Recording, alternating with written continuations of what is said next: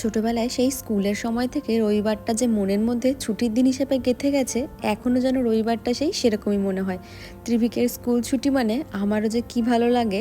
বাজারও একটু বাড়ন্ত ছিল, তাই ভাবলাম যে বাজারটাও করে আসি আর সাথে একটু ব্রেকফাস্টও করব।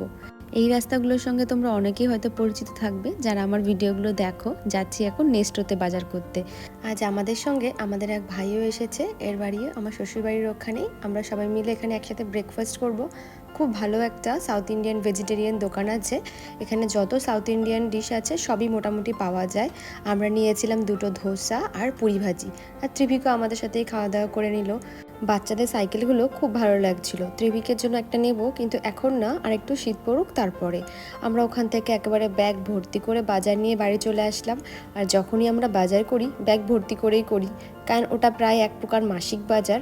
মাস না চললেও মোটামুটি দিন 15-20 তো চলেই যায়, তারপরে আবার ভাবা যাবে। আর আজকে আমার খুব পছন্দের একটা জিনিস পেয়েছি, সেটা হলো আশফল। দামটাও রিজনেবল ছিল আর খুব মিষ্টিও। আর পেয়েছি ফ্রেশ লোটে মাছ।